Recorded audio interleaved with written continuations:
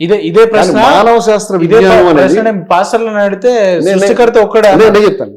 మానవ విజ్ఞానం అనేది ఎక్కడ ఫుల్ స్టాప్ పెడితే అక్కడ ఆగిపోతుంది. ఆస్తికులు ఫుల్ స్టాప్ పెడుతున్నారు దేవుడు అని, నాస్తికులు కూడా ఫుల్ స్టాప్ పెడుతున్నారు. నాస్తికులు ఏమంటున్నారు, నేను అడుగుతున్నాను వాళ్ళని, ఏమండి ఈ సృష్టి ఎక్కడి నుంచి అని. వాడు దేవుడి నుంచి అని చెప్తున్నాడు, వీడంటాడు దేవుడు లేడని. దేవుడు లేడని నిరూపించు అంటాడు. వాళ్ళని దేవుడు లేడని నిరూపించడం, దేవుడు ఉన్నాడని నిరూపించమని వాళ్ళు అంటారు. ఈ ప్రశ్న అడిగితే దేవుడు ఉన్నాడని మీరు నిరూపించండి అంటాడు. అది తప్పండి. ఇప్పుడు మీకు ఒక విషయం చెప్తాను. ఇప్పుడు కరోనా ఉంది, కరోనా ఉంది అంటే ఒక సర్టిఫికేట్ ఇచ్చాం, కరోనా లేదంటే కూడా సర్టిఫికేట్ ఇవ్వాల్సి వచ్చింది. కరోనా అనేది ఒక సూది మన మీద కొన్ని లక్షల టెస్ట్ చేసి అంత చిన్న వైరస్ అది ఉందని లేదని చెప్పడానికే మనకి ఒక సర్టిఫికేట్ అవసరమైంది, ప్రూఫ్ అవసరమైంది. లేదంటే నాకు ప్రూఫ్. ఒకప్పుడు సృష్టి మొత్తం ఈథర్లో ఉందని నమ్మేవారండి. ఈథర్ అనేటువంటి ఒక పదార్థంలో, ఇది సైంటిస్టులు ప్రయోగాలు చేసి ఈథర్ లేదని కనిపెట్టారు. తర్వాత ఈథర్ లేదని ప్రయోగంలో కనిపెట్టే దేవుడు లేడు కూడా కనిపెట్టాలంటున్నాను నేను. దేవుడు లేడడానికి సైంటిఫిక్ ప్రూఫ్ కావాలి. సృష్టి దానికి అదే తయారైంది అని. ఆ ప్రూఫ్ నాస్తికుల దగ్గర లేదు.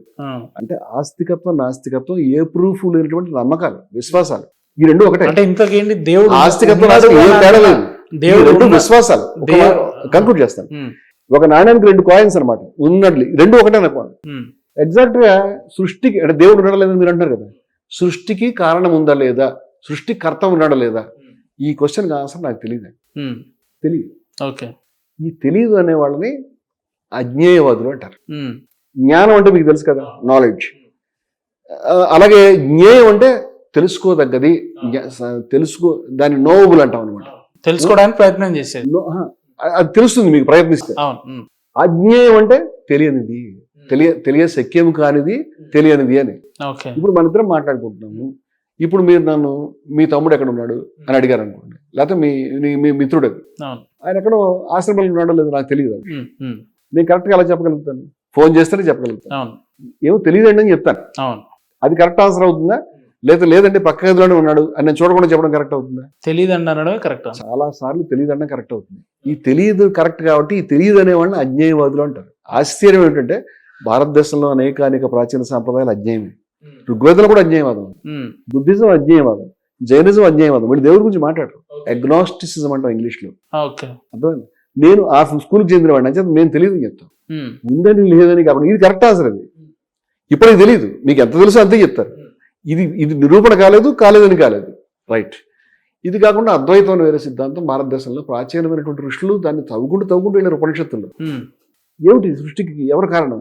ఈ ముక్కు కారణం ఎవరు, కన్నుకు కారణం ఎవరు? కేనోపనిషత్తులో మీకు భలే ప్రశ్నలు ఉంటాయి. ఈ కంటి యొక్క చూపు కారణం ఎవరు, చెవికి చెవి, శ్రోత్రస్య శ్రోత్రం ఫంక్షన్ అని చెవికి చెవి అన్నారు. అంటే చెవికి వినికిడి శక్తికి ఏమిటి కారణం అని వాళ్ళు తవ్విన తర్వాత చిట్ట చివరికి వాళ్ళు కనుక్కున్నటువంటి ఆన్సర్ ఏమిటంటే మోస్ట్ షాకింగ్ అది తత్వమసి అని. అంటే అది నువ్వే. అంటే ఈ సృష్టి ఏదైతే ఉందో ఇదే సృష్టికర్త, ఇది పరిణామం చెందింది అని కనిపెట్టారు వాళ్ళు. అంటే ఈ సృష్టికి మూలాన్ని వాళ్ళు బ్రహ్మం అన్నారు. బ్రహ్మ కాదండి, బ్రహ్మం. ఆత్మ అన్నారు.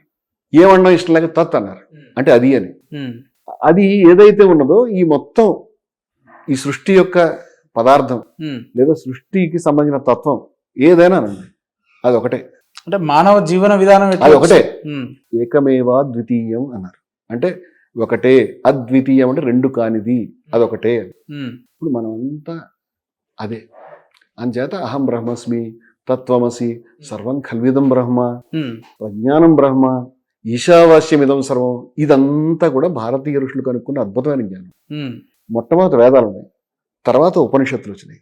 అది ఉపనిషత్తులు వేదం మీద తిరుగుబట్టే. ఉపనిషత్తుల తర్వాత చాలా కాలం తర్వాత మీరు చెప్పిన పురాణాలను రాముడు వచ్చారు. అర్థమైంది? ఈ రెండు ఇతిహాసాలు, ఇది రామాయణం భారతం. ఆ తర్వాత అష్టాదశ పురాణాలు వచ్చినాయి. ఇది ఇంకా తర్వాత ఎప్పుడో జరిగినాయి. ఇప్పుడు ఈ పురాణ హిందూ మతానికి సంబంధం లేకుండా ఉండేటువంటి హిందూ శాఖలు ఇప్పటికీ ఉన్నాయి. మీరు రాముడు అన్నారు కదా ఇందాక, రాముడిని దేవుడు అని అంగీకరించినటువంటి అనేక హిందూ శాఖలు ఉన్నాయి. రాముడు దేవుడు అని అంగీకరించినటువంటి హిందూ శాఖలు అదేంటి? ఆర్య సమాజ్ ఉంది.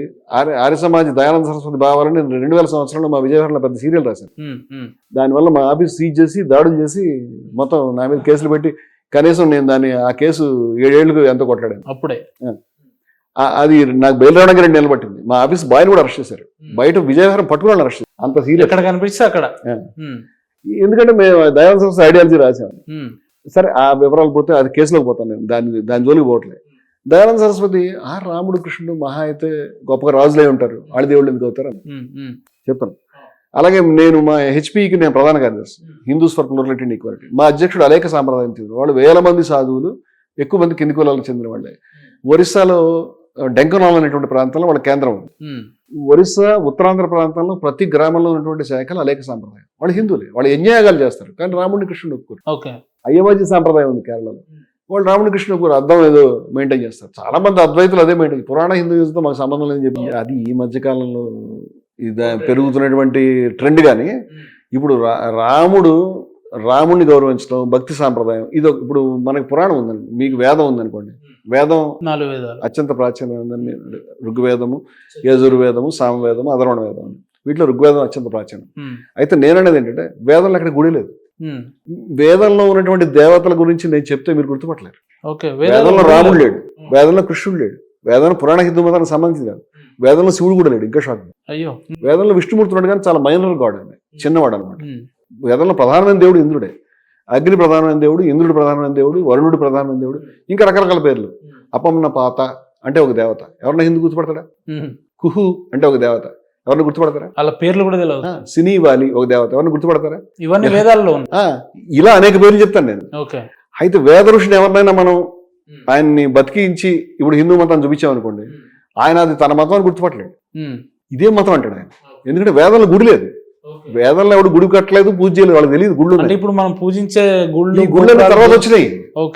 భారతదేశంలో అత్యంత ప్రాచీనమైన గుడి ఎక్కడ ఉందో తెలుసా మీకు? గుడిమల్లం అని మన చిత్తూరు దగ్గర ఉంది, అదే ప్రాచీనమైంది. దాంట్లో శివాలయం ఒకటి ఉంది, అది నాకు తెలిసి ఒక అంచనా ప్రకారం ఆ శివాలయం అనేటువంటిది ఒక 2000 ఏళ్ళ దాకా ఉంటుంది.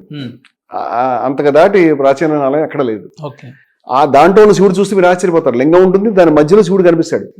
ఆయన మీరు కనిపించేది ఇప్పుడు 6 ప్యాక్ శివుడు ఇలా తపస్సు చేసి ఆ శివుడు ఆ తర్వాత వచ్చాడు క్యాలెండర్స్ లో. ఈ శివుడు కాదు, మీకు ఒక ట్రైబల్ కిరాతక జాతులకు సంబంధించినటువంటి ఇలా బాణం పట్టుకుని ఇలా ఉన్నటువంటి శివుడు కనిపిస్తాడు. మీరు మామూలుగా మీ సెల్ ఫోన్ లో బ్రౌజ్ చేస్తే గుడిమల్లం ఆలయంలో అంటే ఇప్పుడు మనం చూసే శివ విగ్రహాలన్నీ కూడా నిజమైన శివుడు విగ్రహాలు కావన్నట్టు. ఏది బాడీ ఫిట్ గా ఉన్నట్టు పరిణామ క్రమంలో మారుతూ వస్తుందండి.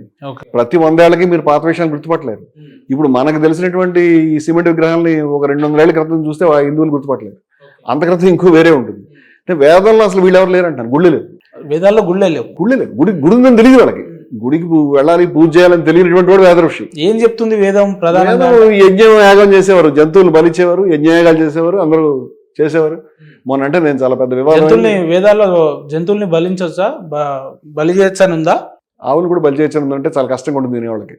నేను తిరుపతి దేవస్థానం వాళ్ళు ప్రింట్ చేసినటువంటి ఋగ్వేద సంహితలో నేమాని వెంకట నరసింహ శాస్త్రి గారు, వాళ్ళది ఇప్పుడు కాదు, ఇప్పుడు 80లో వేసిన పుస్తకం, నేను దాంట్లో ఒక సూక్తం మొన్నేదో టీవీ ఛానల్లో చదివినిపించాను. వేదాల్లో ఆవుల్ని భరించొచ్చని ఉందా?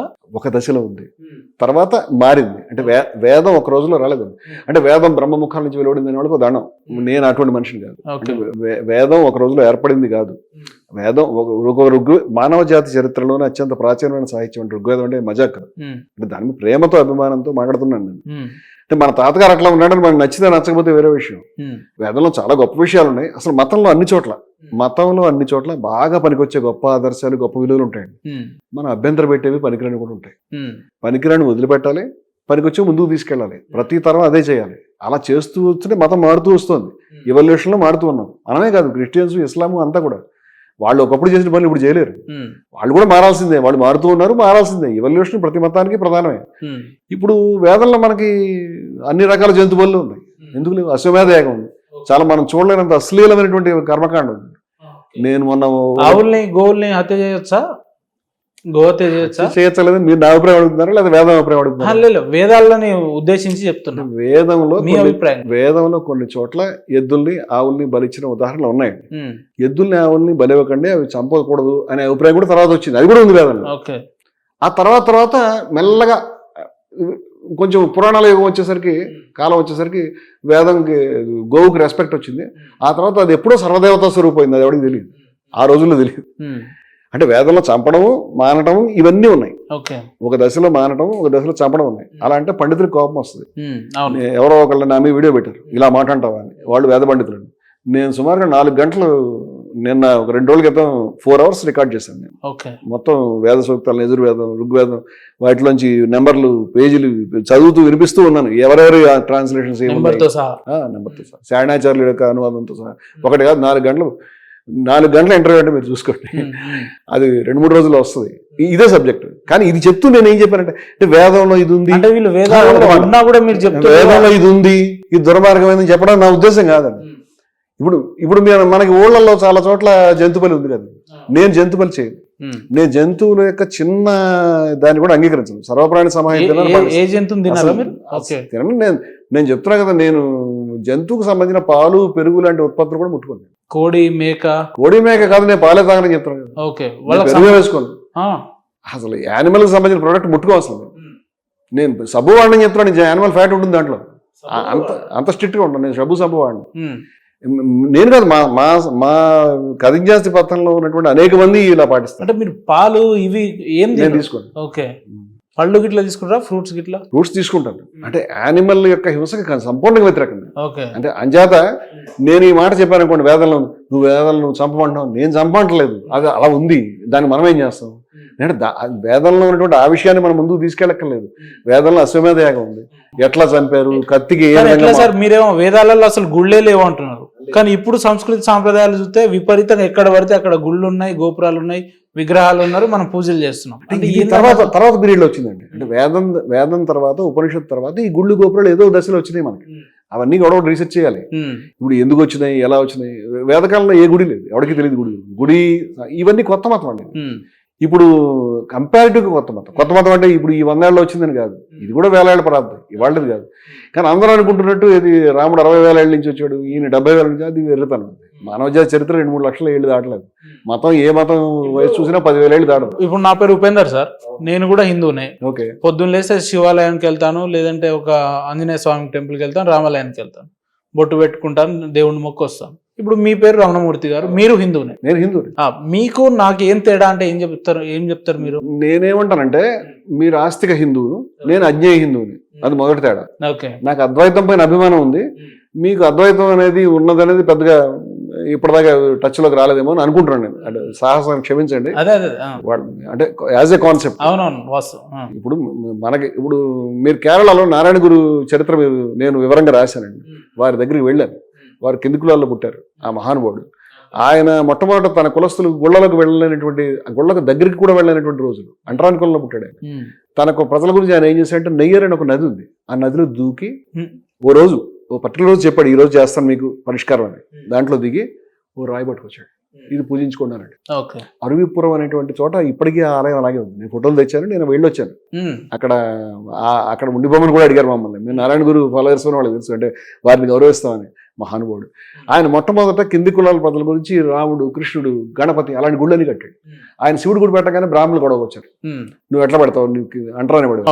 ఆయన నవ్వేమన్నాడు, ఈళవకులు వస్తున్న వాళ్ళు, ఈళవ యజవ అంటారు. లాకి షాకి మధ్య అక్షరం తమిళంలో మలయాళంలో ఉండింది, మనకు లేదు. తెలుగులో మా చిన్నప్పుడు అలు అలు అని చదివేవారు, బహుశా అదే అక్షరం, దాన్ని తీసేశారు. ఇప్పుడు లాకి షాకి వాజ అంటారు, అది అక్షరం. యజవ అనేటువంటి కులం ఉంది. ఆ జాని నాలుగు తిప్పనది. వీళ్ళు రాసేటప్పుడు ఈళవానో యజవానో రాస్తున్నాం, ఏం రాయాలో తెలియక పద మనకి పోయిందని. ఆయన అన్నాడు, బ్రాహ్మణులు వస్తే మీరు అనవసరం గొడవకు వచ్చారు, ఈయన బ్రాహ్మణ శివుడు కాదు, యజవ శివుడు అని చెప్పాడు.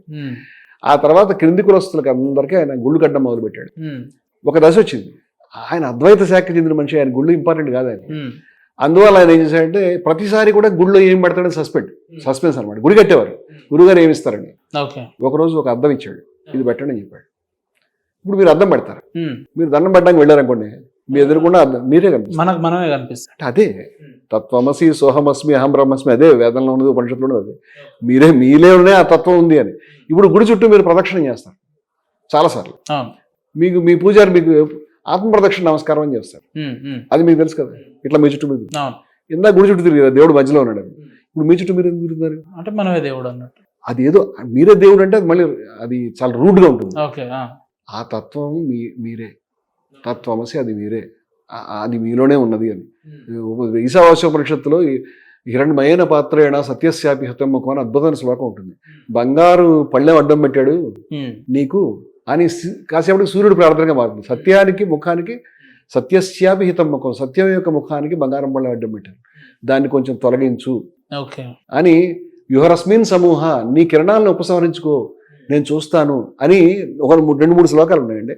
ఆ శ్లోకాలు ఒక డిటెక్టివ్ నవల మాదిరిగా మనకు ఉత్కంఠ, ఏం చూస్తాడు అది, అది నీ యొక్క కళ్యాణప్రదమైన రూపాన్ని నేను చూస్తాను, దాన్ని తొలగించు అంటాడు. ఇప్పుడు నేను చూస్తున్నాను, ఎవరైతే కళ్యాణప్రదమైనటువంటి రూపం ఉన్నదో వ్యక్తి, అది నేను చూస్తున్నాను అని, సోహమస్మి, అది నేనే అంటాడు. అంటే మనిషి అది ఎక్కడో లేదు, ఇక్కడే ఉందని కనిపెట్టడం. అలాగే అయ్యవాజీ సాంప్రదాయం ఉంది, వాళ్ళు కూడా అద్దం పెడతారు, లేకపోతే జ్యోతి పెడతారు. ఇక్కడ ఈ అద్దం అయిపోయిన తర్వాత నెక్స్ట్ ఆయన ఇంకోసారి అడిగితే ఆయన చెప్పాడు, అక్కడ ఏం అక్కర్లేదు, అసలు గుళ్ళే అక్కర్లేదు, ఇదంతా ఎల్కేజీ యూకేజీ నుంచి మిమ్మల్ని ఇక్కడ దాకా తీసుకొచ్చాను, ఇంకా మీరు ఏం చేయక్కర్లేదు, మీరు తెలుసుకో, బ్రహ్మవివాహం, మీరే బ్రహ్మం. అంటే మళ్ళీ పురాణ బ్రహ్మ కాదు, బ్రహ్మ విష్ణు మహేశ్వరుల తర్వాత వచ్చారు, బ్రహ్మవివాహం అని.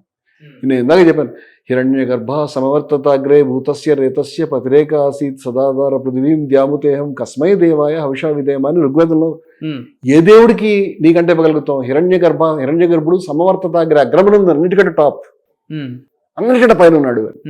అన్నిటికంటే పైన ఉన్నటువంటి హిరణ్య గర్భుడు అనేటువంటి దేవత గురించి ఇప్పుడు దేవుడి గురించి ఎవరికైనా చెప్పండి. ఋగ్వేద ఋషి ఆయన అన్నయ్య పైన ఉన్నాడు అనుకున్నాడు.